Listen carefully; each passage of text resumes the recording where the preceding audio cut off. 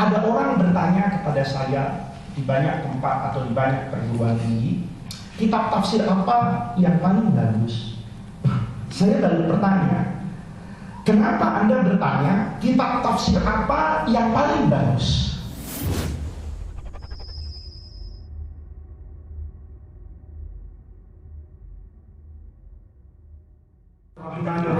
Alhamdulillahirabbil alamin wassalatu wassalamu ala asyrafil anbiya'i wal mursalin wa ala alihi wa sahbihi ajma'in, amma ba'du. Yang sama-sama kita hormati guru kita Al-Mukarram Bapak Kiai Haji Ihsan, segenap majelis guru Pondok Pesantren Ibadur Rahman, adik-adik kelas 6 yang saya hormati. Sebetulnya siang hari ini saya sangat-sangat surprise. Saya datang ke sini bukan untuk mengajar, tapi sebenarnya ingin belajar, mengundang Al-Mukarram Pak Kiai Ihsan ini untuk datang ke acara maulid di Pondok Pesantren Darul Rahman. Karena saya terus terang Pak Kiai Ihsan sangat terkesan dengan semua alumni Pondok Pesantren yang kemudian hidup berkecimpung dengan ilmu pengetahuan. Apalagi kemudian dahulu kita belajar, saya pernah bertanya sama guru saya, ilmu apa yang paling mulia? Jawabannya itu sering relatif. Kayak kita melihat iklan. Kalau iklan Indofood ditanya kecap apa yang paling bagus, itu pasti jawabannya kecap Indofood. Kalau pabrik Toyota ditanya mobil apa yang paling bagus, itu mesti jawabannya Toyota. Semua guru kalau ditanya ilmu apa yang paling penting, pasti akan menjawab ilmu yang saya ajarkan itulah yang paling penting. Tapi dulu saya belajar kaidahnya syaraful ilmi, kemuliaan satu ilmu itu tabaun, tergantung, terkait dengan syaraful ma'lum, apa yang akan dipelajari. Maka orang yang hidup di pondok pesantren itu sebenarnya orang-orang pilihan. Karena dahulu Rasulullah Shallallahu Alaihi Wasallam bersabda, "Mayuridillahu bihi khairan." Orang itu kalau dikehendaki baik oleh Allah, tandanya banyak. Mungkin rajin sholat, mungkin rajin sedekah, mungkin mulutnya manis, mungkin tutur katanya halus. Tapi di antara itu semua, kata Rasulullah, bukti dari kebaikan seseorang itu yufaqihu fiddin. Kalau orang itu dipilih oleh Allah untuk yang namanya at-tafaqquh fiddin, maka kalau tentu para santri mesti baca ya, ayatnya kan kata Quran jelas bahwa semua orang mukmin itu maka al-mu'minuna liyanfiru kafatan. Enggak semuanya harus aktif di luar kalau bahasa sekarang, tapi harus juga ada yang aktif di dalam. Guru kita Al-Mukarram Kiai Ihsan itu sudah lama aktif di dalam, sudah lama belajar. Maka sekarang masyarakat membutuhkan beliau untuk keluar. Tapi jangan kemudian semua kiai, semua ustaz di Ibadur Rahman tahu-tahunya mau jadi kiai semua, hancur pesantren ini. Saya dulu punya murid ya, anaknya kiai, tiap bulan maulid hilang. Saya ngajar, tidak ada. Kemana sih pulang undangan ustaz, ada perayaan maulid di sini? Saya ngajar subuh, saya tanya, kemana ini? Bakal ada ustaz, ada undangan maulid. Saya jawab waktu itu ya, cukup di pesantren saya di Darul Rahman, kiainya satu, syukur makmur. Jangan semuanya jadi kiai, berantakan ini pesantren. Kenapa? Tidak ada yang mempersiapkan generasi untuk yang namanya at-tafaqquh fiddin. Jadi Allah itu maha adil. Kayak laki-laki itu dijadikan berbeda dengan perempuan, bukan karena laki-laki itu lebih afdal dari perempuan. Kalau orang bertanya, perempuan boleh nggak jadi kiai? Boleh. Tapi kenapa kiai banyakkan laki-laki? Memang Allah berkehendak untuk itu. Ada yang namanya pembagian tugas. Maka kalau pembagian tugas ini kemudian dilanggar, yang laki-laki mau jadi perempuan, yang perempuan mau jadi apa ini? Laki-laki. Itu saya jamin dunia gak akan indah. Ya, kalau umpama ini adik-adik saya yang putri ini kepengen nggak punya suami, suaminya lembut betul, dibentak sedikit kencing, ya, cuma dibentak sedikit sama istrinya kencing. Kadang-kadang orang perempuan enak, saya punya suami yang gampang dijajah, kelihatannya enak, tapi jauh di dalam lubuk sanubarinya dia berharap mendapatkan laki-laki yang gagah perkasa. Sama saja seumpama saya punya istri, tahu-tahu istri saya mengatakan sekarang zaman emansipasi. Begitu malam-malam rumah saya digedor-gedor orang, pok. Saya bilang, siapa ini gedor rumah saya malam? Saya mau bangun, tahu-tahu sama istri saya disuruh tidur. Tenang bang, ayah saja yang bangun. Kira-kira saya bahagia apa sedih? Saya jamin saya sedih. Ya Allah, betapa perkasanya istri saya. Kalau saya sudah punya istri yang apa ini? Yang perkasa. Loh iya, maaf ya, sesuatu yang baik kalau diletakkan pada tempat yang salah itu juga menjadi tidak baik. Sesuatu yang baik, imam contoh ya, karena kebetulan ini Polri internasional, jadi imam sholat maghrib atau sholat subuh, bismillahnya panjang kayak kamar, bismillahirrahmanirrahim.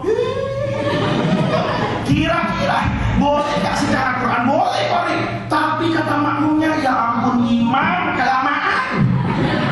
Walaupun bacaannya benar, tapi salah untuk apa ini meletakkan. Maka orang itu ketika dia diberikan fungsi oleh Allah, fungsi ini harus seimbang. Guru umpamanya, ini kan Pak Kiai Ihsan ini mulia betul. Saya itu meneliti, bukan meneliti seperti di kampus, mengamati. Kiai itu, ini maaf Pak Kiai Ihsan ya, kiai itu punya banyak kelebihan, tapi juga punya kekurangan. Kiai itu biasanya, ini karena yang ngomong juga Ustaz, tidak takut kualat ini ya. Ustaz itu punya apa ini? Punya kekurangan. Apa kekurangannya Ustaz? Ustaz itu tidak pandai mendengar. Kenapa? Karena hidupnya Ustaz itu pasalnya nggak beragama. 20 tahun jadi kiai, jadi Firaun. Kenapa jadi Firaun? Naik mimbar, begitu pidato ditepokin. Turun dari mimbar, tangannya dicium. Begitu makan, makanannya lebih enak dari hadirin. Itu orang berilmu sekarang, datangnya belakangan, duduknya di mana ini? Di depan. Maka Pak Kiai Ihsan ini mengumpulkan guru itu sebenarnya itu tujuan yang paling mulia. Bukan untuk beliau tidak butuh ilmu, sudah berilmu. Tapi orang yang mau jadi guru itu kayaknya dinasehati oleh beliau, disentil. Kamu jadi guru sudah 6 hari ngomong, sudah 6 hari dikeluarkan ini. Kalau tidak mau mendengar, tidak mencari, cepat atau lambat ilmunya pasti habis. Kayak kita umpamanya, sekaya apapun ada orang kaya, coba berhenti kerja hari ini, tiap hari uangnya diapakan ini? Dikeluarin. Ya, kayak kiai itu habis ceramah sekali Pak Kiai Ihsan. Itu seminggu mukanya apa itu? Mukanya sempat. Kenapa? Amplop yang semalam sudah habis, belum ada pemasukan lagi. Sama harta itu bisa habis, ilmu pun bisa habis. Maka kunci orang berilmu itu sebenarnya bukan pendidikan. Saya mau bicara fa bi ni'mati rabbika fahaddits.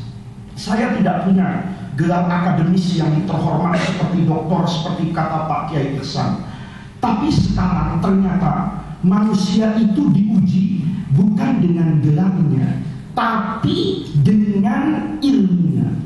Orang yang berilmu, asal berilmu beneran. Ini jangan orang berilmu, saya na'udzubillah ya Ustaz Iksan ya, itu kemarin itu saya istighfar. Ada murid ini bukan jorok ya, bukan jorok saya. Ada orang sudah pangkatnya ustaz, baca kitabnya kacau, baca hadis salah. Kullu ummati yadkhuluna al-jannah illa min abi, kecuali bapaknya yang tidak masuk surga. Ini kan saya minta maaf satu lagi, ini lebih lucu lagi. Ini kejadian bukan di sini tapi di Jogja. Ada dosen, subhanallah, dosen terhormat baca lafaz jalalah itu ngawur. Allahu kan jalla zikruhu. Ini nulis baca jalla zakaruhu. Saya kalau nggak ingat kayak ustaz, saya tempelin di atas timba. Bagaimana kalau sekarang orang yang diberi nikmat pegang apa ini? Mikrofon, dikasih gelar yang luar biasa, ngajar baca kitab. Kalau cuma maf'ulun bihi dibaca maf'ulun buhu terserah ya, mulut dia, ilmu dia terserah. Tapi kalau zikir Tuhannya ini sifatnya, masa ngomong Allahu jalla zakaruhu itu kan kurang ajar. Saya kalau nggak ingat pakai peci, nggak ingat saya ini dibilang ustaz, oh saya seret mulutnya orang itu. Ini paham betul. Kalau cuma salah baca Fathul Qorib, salah baca Fathul Mu'in, mungkin itu ibadah panas, mungkin orang itu masih dimaafkan. Coba orang yang alim kayak begitu, yang di lapangan kebetulan bodoh semua, jadi tapi saya itu bingung antara kepengen ketawa sama kepengen baklokin orang ini. Maka sebenarnya kuncinya itu sebetulnya bukan pada gelar, kuncinya itu bukan di mana dia belajar, tapi kuncinya seberapa besar dia meresapi ilmu yang dia dapatkan. Orang boleh belajar ke luar negeri, boleh, saya belajar ke luar negeri. Ternyata banyak orang yang tidak belajar di luar negeri, ilmunya itu tidak kalah dengan orang yang belajar di luar negeri. Saya dulu, ya ada banyak santri saya, itu mau niru. Orang sekarang kan gampang apa ini? Niru. Orang Indonesia itu penyakitnya niru. Asal ke kamar semuanya terang. Ya, itu saking nirunya teman saya pernah begitu. Datang maulid di mana? Di Kuitang, ya. Di Kuitang datang, dia kebetulan Allah kasih karunia hidung lumayan, ya, panjang maksudnya keluar bukan ke dalam, ya. Kemudian pakai serban, pakai juga. Temannya disuruh datang keluar 15. Begitu temannya datang pesan, pokoknya asal saya datang nanti proyekin, cium tangan. Maka dia datang, ya. Yang dibayar ini teman-temannya langsung dikeroyok. Itu siapa ini? Habib palsu, ya kan? Jadi ya nggak separah Ahmadiyah, nggak separah lah ya.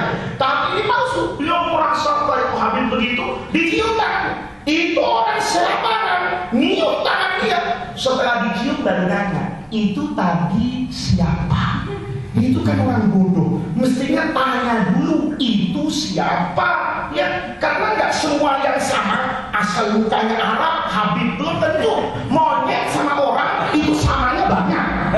Betul ya, saya bukan menghina. Coba ada monyet aja, foto monyet ya, sama foto manusia. Saya pikir anatomi tubuhnya pasti apa ini sama. Tapi nggak ada orang begitu lihat monyet, masya Allah kembaran gua nggak ada. Orang paling ya betul, padahal paling kalau orang ngomong dasar kucing kalian nggak marah. Padahal antara dia dengan kucing ini kan apa ini berbeda. Maka di sini orang Indonesia itu gampang apa ini niru. Karena gampang meniru, maka sebenarnya orang itu ada nipu. Ustaz dulu sekolahnya di mana? Kemudian dia niru persis, tapi jadinya nggak sama. Sekolah di Badr Rahman kelas 1 sampai kelas berapa ya? 6. Satu guru, satu ilmu.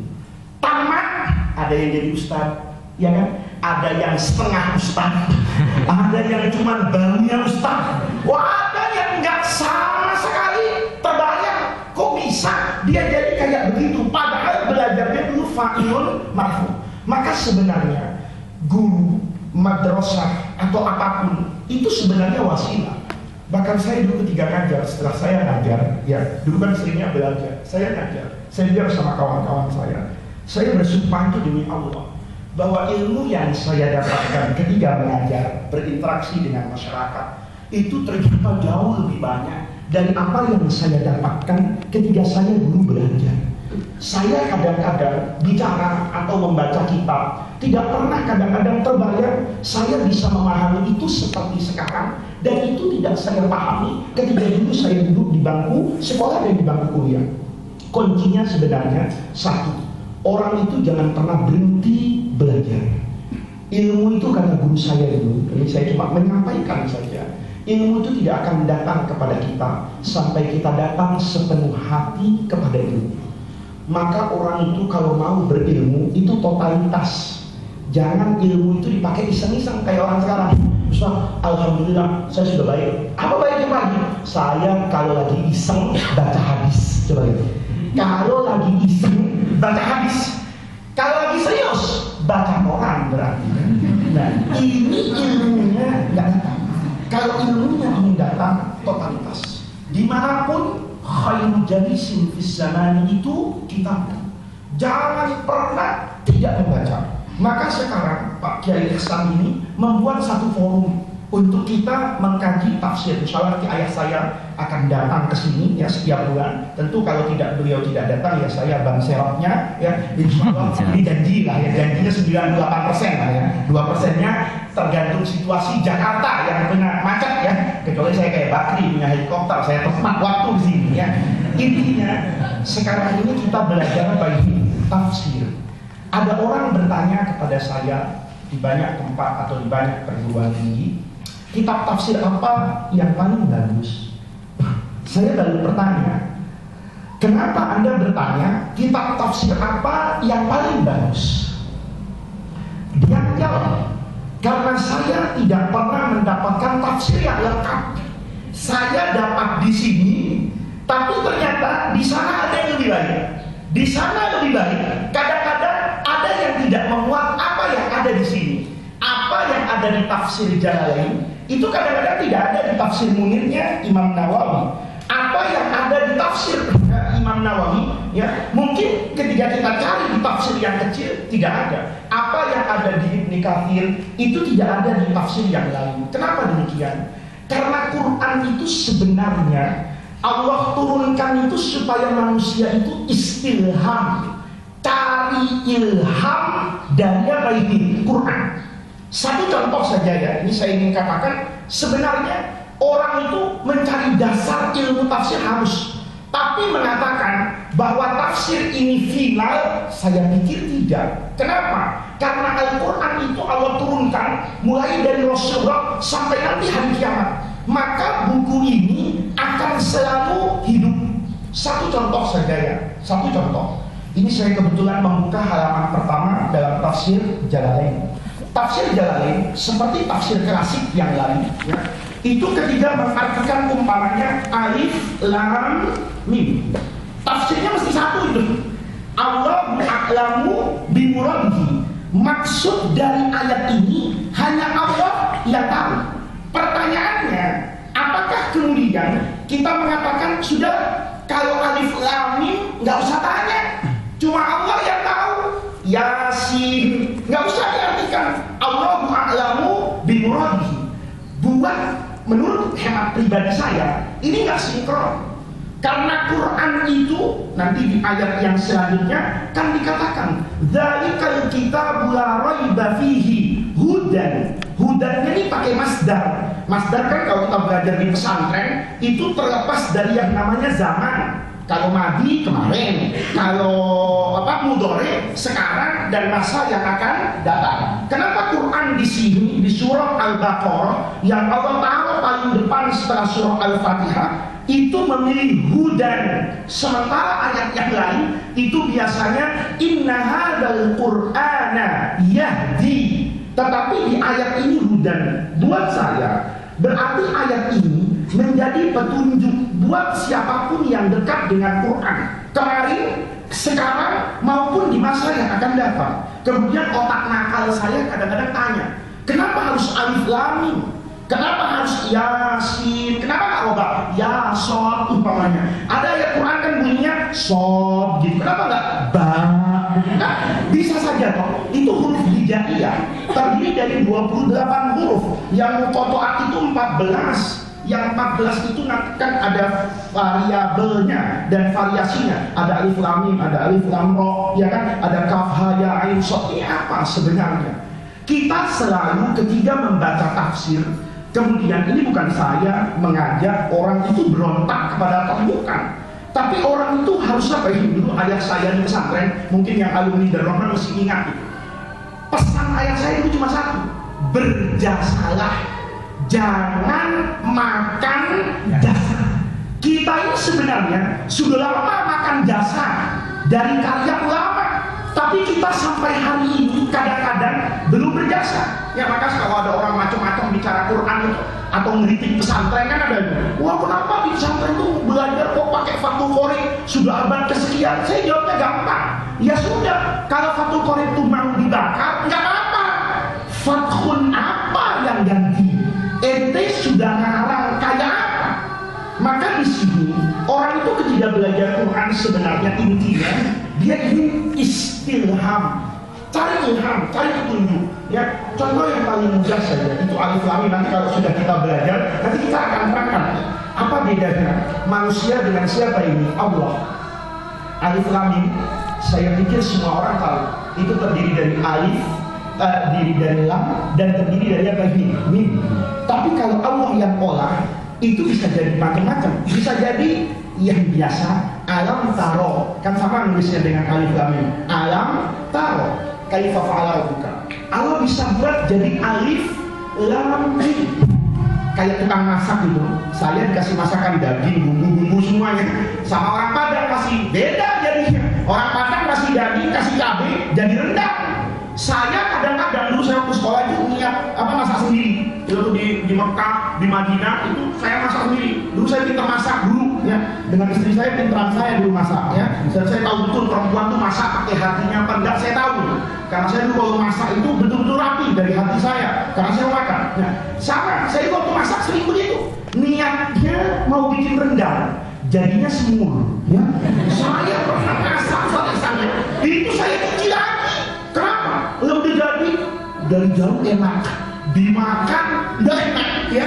Ini pasti ada yang salah. Tapi ada perempuan begitu masakan salah, diolah, jadinya baik enak. Ayamnya sama, bumbunya sama, ilmunya boleh jadi sama, kompornya sama, ikrotnya sama, nahwunya sama, balaghahnya persis apa yang ada di Quran, tapi hasilnya menjadi beda. Maka orang belajar tafsir itu kita sebenarnya istilham. Jadi bukan kitab apa yang kita baca yang paling penting, tapi yang paling penting setelah saya baca Quran, apa yang saya dapatkan, petunjuk apa yang masuk ke dalam hati saya. Contoh, alhamdulillah, ini ngajinya sampai alhamdulillah saja nanti.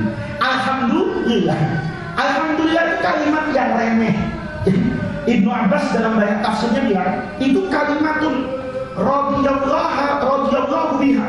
Setiap orang ya kalau sudah ngomong hamdalah alhamdulillah itu Allah rela, Allah ridho, dan orang itu dicap minal hamidin asyakirin. Saya dapat uang ya, lagi bengong di depan masjid, tahu-tahu ada orang antar uang 10 juta. Nah, saya ngomong alhamdulillah. Kata Ibnu Abbas, orang ini sudah menunaikan hak Allah dan sudah menjalankan apa yang diwajibkan oleh Allah. Pertanyaannya, apa kemudian ketika kita menafsirkan hamdalah parkir di sini, atau sebenarnya ada pesan kemanusiaan yang ingin Allah sampaikan kepada manusia? Kalau saya selalu memahami, oh iya ya, Allah yang maha sempurna itu dipuji saja, itu cukup dengan 2 kalimat. Ini Allah yang maha sempurna. Ada banyak di antara kita sudah sering membaca Quran, memaknai Quran dengan baik dan benar, bahkan menjadi pakar Al-Quran, tapi tidak bisa memaknai hamdalah dalam kehidupan sehari-harinya. Kenapa? Karena ternyata orang ini gila hormat. Nah, itu kadang-kadang di kampus, ya di kampus ini kalau ngajar, tahu-tahu kita panggil Pak Guru, marah itu dosen di IAIN itu. Kurang ajar, saya ini bukan guru, saya dosen. Guru bisa orang di SD Impres, ya kan? Ini kalau kita lihat, sebenarnya dia tidak memahami pesan siapa ini, pesan Allah. Allah yang maha sempurna itu hanya dipuji dengan dua kalimat.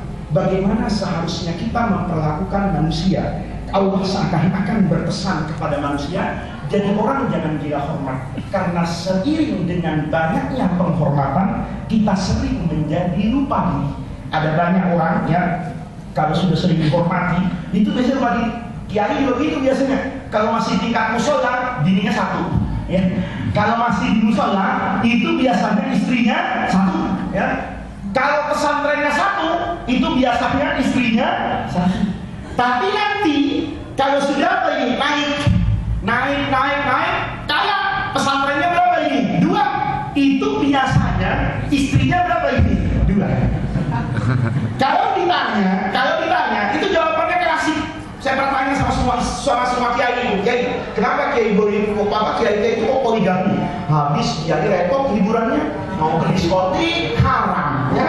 Ke kebun binatang nggak pantas. Akhirnya apa ya? Ini kalau kita lihat pujian itu kadang-kadang sering apa ini? Sering membuat manusia itu terlena. Maka di sini sebenarnya ketika kita hadir di pengajian ini, kalau nanti kita membaca apa ini Al-Quran, itu sebenarnya kata Ibnu Abbas radhiyallahu anhu, orang itu kalau mau baca Quran dan dapat hidayah, itu istantiqil Quran, istantik aja Quran itu bicara. Wa ka'annal Qur'ana unzila ilaika, seakan-akan Quran itu diturunkan kepadamu. Kalau kita kan enggak, wah ini ayat Allah turunkan kepada Bani Israel. Kenapa? Bani Israel itu suka ngeyel. Dia lupa bahwa sekarang yang ngeyel itu bukan cuma Bani Israel. Orang Tangerang juga suka apa ini? Suka ngeyel. Kenapa yang namanya Bani Israel itu dimurkai oleh Allah? Karena wa yaqtuluna nabiyina bighairi haqqin. Artinya orang Yahudi itu dimarahi Allah karena orang Yahudi itu sering bukan saja menutupi kebenaran, bahkan membunuh kebenaran. Sekarang ada penguasa tidak membunuh orang, tapi membunuh karakter orang. Dengan cara apa? Media. Ini kalau kita lihat perilaku yang suka ngejelekin orang, baca orang terus, kemudian kalau orang itu tidak sesuai dengan dia musuhi, ya. Kalau perlu dihabisi karirnya. Ya, begitu saya jadi ustaz di sini, datang ustaz lain saingan, langsung saya blacklist. Masya Allah, saingan gua datang. Kemudian saya apakan nih? Saya jelek-jelekkan.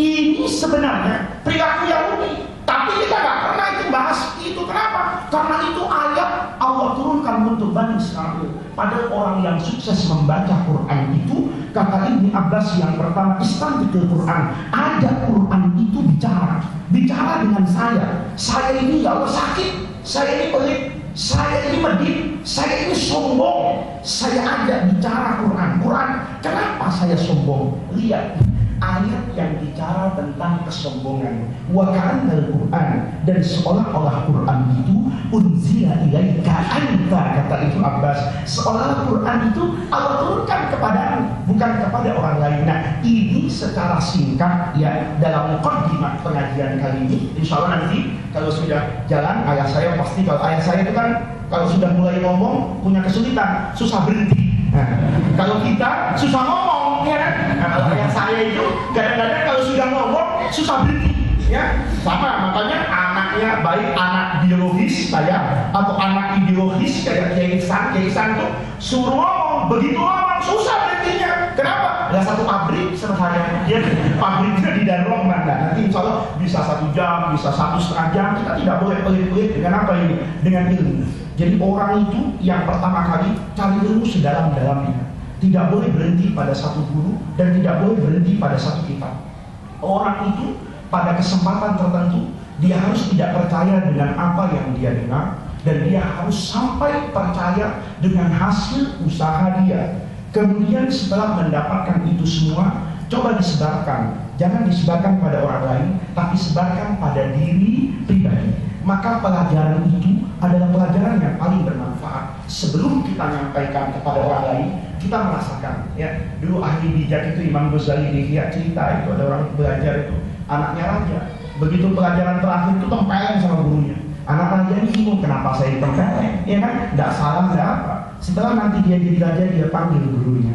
Apa kata anak raja dari guru? Kenapa dulu guru di akhir pelajaran kok nempeleng saya sakit? Ya, padahal saya nggak salah apa-apa. Kata guru, nah ditempeleng itu sakit. Maka kalau kamu jadi orang, jangan suka menyakiti orang lain. Kau sekarang jadi pemimpin, jadi kamu jadi santri ini harus ditempeleng tiap hari. Ya kan? Boleh nggak? Saya ditempeleng, semua ditempeleng. Ya. Cuma bedanya ada keisan. Santri dulu, kenapa santri dulu ini bicara berkah ya? Bicara berkah, ya. Boleh percaya, boleh nggak percaya. Santri dulu itu jelek-jelek jadi ustaz jadi kiai. Saya punya kawan, masya Allah, mutar di Masjid Al Azhar di Kairo, pintar betul. Semua pengajian dia habis.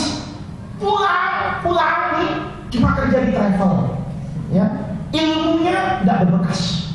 Saya heran, santri dulu kenapa? Ini bedanya. Santri dulu ditempeleng guru itu senang.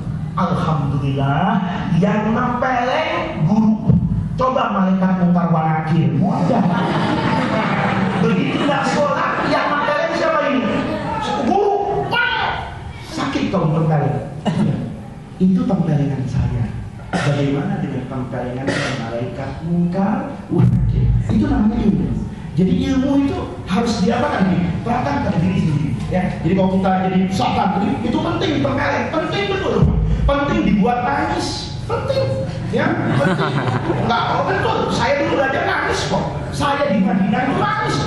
Ya, saya pernah dimaki-maki sama guru saya. Saya punya guru yang paling saya percaya ilmunya, bukan di kampus. Tidak bergelar, sederhana di masjid. Ya. Yang ngaji sama beliau itu awal tahun 200. Ya. Tapi kalau sudah jalan sebulan, mungkin tinggal 10. Ya. Orangnya disiplin. Di majelis taklim ini, saya datang nggak apa-apa. Tapi kalau marah guru saya ini, binatang di absen. Binatang di absen.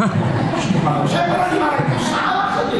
Salah berhenti. Saya baca itu, beliau belum baca. Beliau sampai huruf C umpamanya. Saya baca sampai di dasar subul ada anak binatang macam-macam. Semua kalau bapak saya tahu namun juga. Tapi saya tahu. Iya saya punya guru itu ya. Dulu ini pelajaran bahwa orang itu berilmu itu tidak gampang. Orang cari ilmu itu harus nangis, harus susah. Saya pernah, tapi saya ingat ayah saya itu bilang orang yang dimarahi guru dan disiksa guru itu hendak, ya, karena di situ jiwa itu terbentuk, nggak gampang cengeng kayak sekarang. Saya dulu sama guru saya dipercaya, 3 hari dimarahin saya. Saya pernah sekali ya, ini cerita, Fabini mati Robika hadis. Saya ngaji, begitu ngaji, saya dipuji-puji sama dia. Ini kamu kalau jadi santri kayak begini. Saya tahu, biasa kalau dipuji-puji pasti ada apa-apanya di belakang, gitu.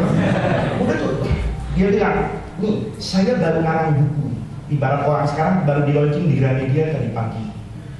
Saya pikir, wah saya bangga banget. Buku ini belum ada yang saya beri tanda tangan illa anta, kecuali kamu. Wow, saya dipuji-puji. Diangkat depan jamaah, ya sebagian juga ya, itu dokumennya. Tapi saya takut sih, ini surganya sudah, yang belum neraka. Yang belum apa ini? Neraka. Begitu selesai dipuji-puji, dulu saya bilang, sekarang kau manusia bukan? Ya pasti lah, saya manusia. Saya bilang gitu, bisa. Indah kata punya otak? Ya pastilah punya otak, masa nggak punya otak? Saya manusia dan saya punya otak. Kau tulis buku, ya, yang mencari kesalahan buku saya. Coba guru disuruh disalah-salahin. Saya merasa tertantang, ditanya manusia bukan, punya otak bukan. Saya bilang, iya. Dia tanya, seminggu orang namanya 3 bulan, 3 bulan kamu harus datang bawa buku menyalahkan pendapat saya. Kalau kamu nggak ngarang, itu guru saya bilang, ghaib anni wajhaka ila yaumil qiyamah. Saya nggak mau lihat mukamu sampai hari kiamat. Saya digituin, masya Allah. Saya 3 bulan itu nggak pernah ke mall, nggak pernah, sedih betul. Saya pikir ngapain saya terima tantangan, ya kan? Akhirnya saya nulis setiap hari. Banyak buku yang saya baca. Tangan saya nggak suka pakai komputer karena komputer itu saya pikir berkahnya kurang, jadi tulisnya pakai tangan. Kalau saya punya laptop, tapi untuk ilmu saya tulis pakai tangan. keluar sampai tangan bengkak 3 bulan. Selesai, saya minta kawan saya diketik yang rapi dijilid. Waduh, saya bawa dulu ke beberapa orang. Ini buku saya bener nggak? Takut salah kan? Saya tahu kalau udah marah nanti gua bisa kata-katanya itu masuk ke hati, masuk ke dalam sumsum, dalam hati.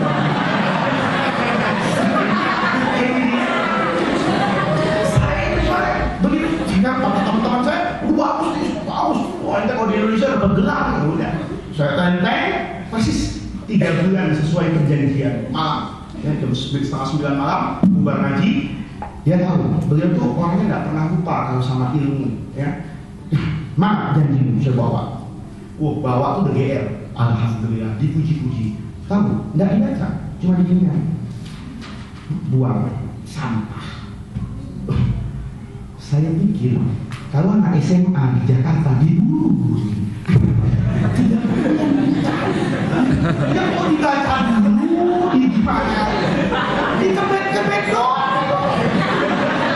315 halaman, 315 halaman, kepala jadi kaki, kaki jadi kepala. Tahu apa yang ditulis? Nulis haidnya perempuan, ya. Haid perempuan itu ternyata saya sekarang tahu, betul. Jadi Imam Syafi'i itu tidak gampang. Saya cuma suruh nulis haid, ya. Haid itu dengan segala yang kecil-kecil. Kalau perempuan itu putus darahnya dari jam 10 siang sampai 5 waktu sholat. Tapi besok dia haid lagi, begitu 20 tahun. Ketika darahnya tidak keluarnya harus diapakan? Ya, wah kecil-kecil. Warna darahnya saya pikir mau nyari di mana warna darah perempuan? Ya kan? Mas ada perempuan haid sebenarnya, tolong pembantunya mas. Iya, coba ini. Saya masih ingat saya simpan 315 lembar. Saya baca buku fikih lebih 200, dibuang. Sampah. Saya waktu itu, Masya Allah, saya di Rahman sudah ngajar balaghah waktu itu.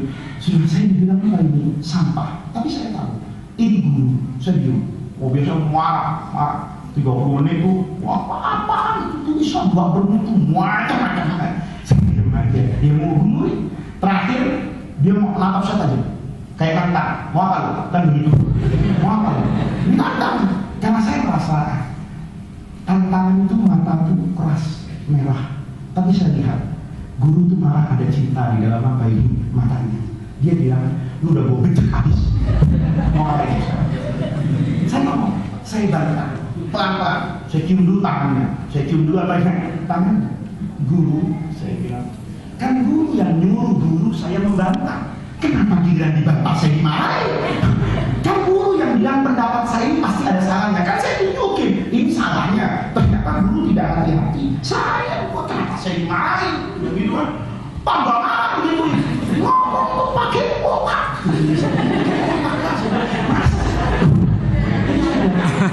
Terus ternyata di lubuk hati sanubari guru saya itu, cuma dia mau tahu saya itu nulis itu orang yang buatin apa saya tulis dengan hati dan air mata saya.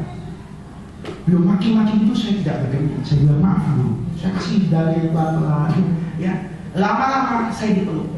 Nah begitu jadi manusia, dibilang itu kan, begitu jadi manusia. Saya sadar di situ, oh berbeda. Ternyata guru saya mengajarkan banyak hal. Orang itu jangan mudah patah dengan ilmu. Ada orang berpendapat kasih dalil, kita kemudian kayaknya apa ini takut. Kayak orang sekarang di mana-mana anti maulid, ya kan? Anti maulid. Tapi ulang tahun mau, kan bodoh ya. Orang ulang tahun kan orang stres sebenarnya. Ya coba, pernah lihat orang ulang tahun nggak? Itu begini, kan mau ditiup kan? Mau ditiup, ngapain dia nyalain? Ya? Ujungnya gini, ngapain dia nyalain? Tapi katanya, orang yang ulang tahun itu nggak dosa. Orang yang maulid itu yang apa ini?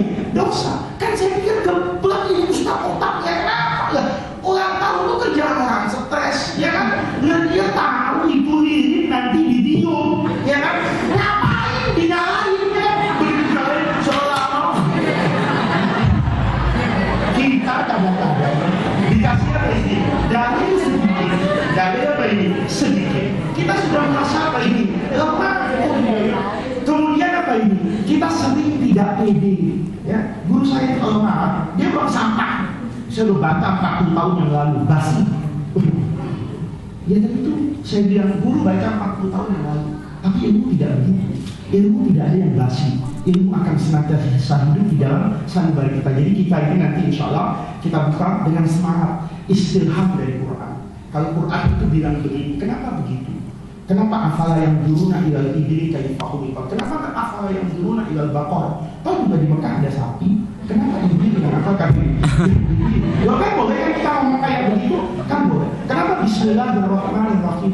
Allah kok terlalu baik sih? Kenapa nggak Bismillahirrahmanirrahim Qudusus Salamul Mu'min? Kenapa nggak Bismillahirrahmanirrahim Muntaqim? Kenapa itu harus Ar-Rahmanir-Rahim? Dan kenapa itu diulang lagi? Alhamdulillahirabbil alamin. Mengapa ada Ar-Rahmanir-Rahim di surah Al-Fatihah? Padahal kita belajar dalam ilmu balaghah, kalam yang fasih itu yang tidak banyak pengulangannya. Kalau banyak terulang, itu dikatakan bukan kalam yang balik, bukan kalam yang fasih. Tapi ini mengapa diulangi? Kenapa harus ada iya karena na'budu? Kenapa? Kenapa kok iya ka na'budu? Padahal kan yang baca saya. Mestinya kan iya ka na'budu. Atau diurut saja kayak bahasa Arab. Kan dari tadi tidak ada dhamir khitab. Kenapa enggak Alhamdulillahirabbil alamin Ar-Rahmanir-Rahim Maliki yaumiddin. Kemudian na'buduhu wa nasta'inuhu. Kan begitu. Harusnya kaidah bahasa Arabnya. Tapi mengapa ini begini? Mengapa dhamir yang diberi itu iyaka? Ini kita ingin mencari bukan sudah memaknai, kan ada Al-Quran itu yang dimaknai cuma sekedar apa ini? Diulang-ulang kayak buku kamus atau kiroatnya, ini dibaca iyaka, ini dibaca aliyaka, ini dibaca hayyaka, ini dibaca iyaka na'budu wa iyaka nasta'in. Itu diperdebatkan mana yang lebih afdal, maliki yaumiddin apa maliki yaumiddin. Tapi tidak kemudian ilhamnya buat saya apa? Kalau itu maliki yaumiddin pendek, maliki yaumiddin apa buat saya? Kalau itu maliki yaumiddin panjang, itu buat saya apa? Bukan buat orang lain dan bukan untuk tulisan di dalam Quran. Nah, ini yang insya Allah kita harus kembangkan. Kalau ini yang kita kembangkan, saya jamin agama Islam itu akan hidup. Ya, kita tidak cukup Al-Quran itu dengan tafsirnya cuma sebagai nostalgia. Kita nyanyikan setiap waktu, tapi tidak ada pertambahan baru buat apa ini, tidak ada. Jadi Kiai Ihsan, saya mohon maaf dengan waktu yang singkat, ilmu yang sederhana ini, saya hanya ingin menggugah bahwa Quran itu adalah kitabun maftuh. Allah buka Quran ini. Afala ta'qilun, afala tubsirun, qul hatu burhanakum. Kalau adik-adik yang punya uang baca bukunya Injil, boleh kan Injil? Boleh, asal sudah bayaran di sini ya, bayaran juga ya kan, nggak punya utang ya kan, Fatu Koin lengkap, Fatu Muin lengkap, Subuh Salam punya, Guru Marung punya, masih punya uang juga, boleh. Tidak ada, kitab itu Allah tutup, ditutup hanya buat apa ini? Satu zaman, tidak mau buka. Contoh yang paling gampang, ini supaya kita semangat belajar agama Islam. Adik-adik mungkin lihat kalau Natal itu Nabi Isa-nya mahjub, ketutup. Yang tampil itu Sinterklas. Sinterklas itu tidak membuka ruang untuk semua orang. Kenapa demikian? Bisa kita lihat Sinterklas itu, kan tahu kan kakek-kakek itu yang pakai jenggot dan Habib itu kan? Itu Sinterklas itu tidak Allah buka untuk semua manusia. Itu cuma buat orang Eropa. Jubahnya tebal, ya kan? Jubahnya tebal. Kalau dipakai di Cipondo keringetan seperti lindas. Kenapa? Loh, bajunya seperti itu. Dan iya, anak kecil itu, saya punya kawan Kristen itu, kalau 25 Desember saya diajak ke rumahnya itu, saya lihat, bukan untuk mengikuti Natal, saya lihat anaknya pernah. Nanti menurut legenda, kalau yang pintar-pintar, ya tergantung kekayaannya, hadiahnya sepeda. Masuknya lewat mana? Ya tentu dalam legenda Injil itu, Sinterklas itu masuknya lewat cerobong asap. Ya, karena rumah di barat punya api karena musimnya dingin. Saya bilang kalau begitu, kalau di Indonesia masuknya dari mana nih kalau bukan dari cerobong asap? Dari jendela. Kalau di kampung saya ada orang masuk dari jendela, namanya bukan saya menghina ya. Ya apa? Jadi kan itu namanya tidak Allah buka untuk setiap zaman. Ya, Injil apa kan begitu peringatan tuh nuansanya salju. Di kita ada salju, cair, es batu di situ, ya kan? Itu beda. Itu dari tradisi. Injilnya Allah tutup. Percayalah apa yang ada di Injil. Jangan tanya mengapa dan jangan tanya kenapa. Pokoknya taat. Tapi Quran Allah katakan afala ta'qilun, afala tubsirun. Nanti kita kalau sudah baca kenapa harus alif lam mim? Kenapa nggak alif lam shad? Kan boleh ya kan? Alif lam shad, ya, yasin, ya shad, umpama. Kalau kita berpikir nakal dari Quran aja, kenapa itu nggak bisa? Kenapa Bismillah itu harus Allah tuliskan dengan satu kaidah tanpa alif? Sementara Iqra bismi rabbikal ladzi khalaqnya ditulis dengan menggunakan apa ini? Alif. Ada rahasia apa di sana? Nah, ini yang harus kita belah dari Quran, sehingga ketika kita membaca Quran, kita semakin apa ini? Yakin bahwa ini kitab yang hak. Maka nanti di alif lam mim juga begitu. Kenapa dari kalau kitab? Kalau Quran hada, itu kan padahal boleh-bolehnya tuker aja, ya. Dari kalau kitab ya hada kitab, tapi kenapa kalau Quran pakai hada? Kalau kitab itu pakainya apa ini? Zalika. Nah, ini yang ingin kita kembangkan sebenarnya di Indonesia. Mudah-mudahan di pesantren Ibadur Rahman sesuai dengan namanya Ibadur Rahman, kita bisa mendalami Al-Quran ini secara baik dan secara benar.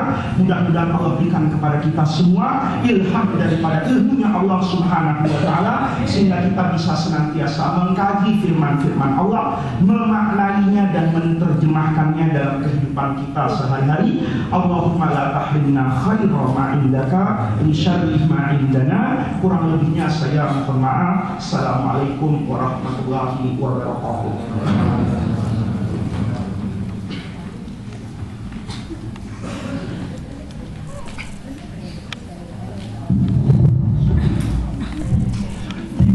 Semoga Allah berkatkan ilmu yang kita dapatkan pada hari ini, dan kepada kepala sekolah untuk terus melanjutkan acara ini. Maksud saya dimusyawarahkan pertemuan akan besok bagaimana caranya dari sebagai aspek, biar karena pertemuan besok kita melibatkan para orang luar, asatidz luar.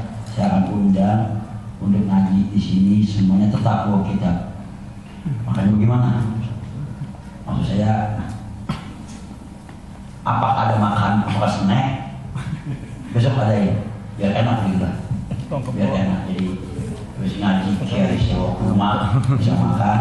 Tidak makan, gak bisa makan sini. Kalau sekolah tolong diatur bagaimana caranya, bagaimana biar enak, biar berkah. Ini kan hanya bulanan sebenarnya. Biar nyaman, biar tenang semuanya, biar dari luar juga nanti datang kemari merasa nyaman semuanya. Begitulah. Terima kasih, mudah-mudahan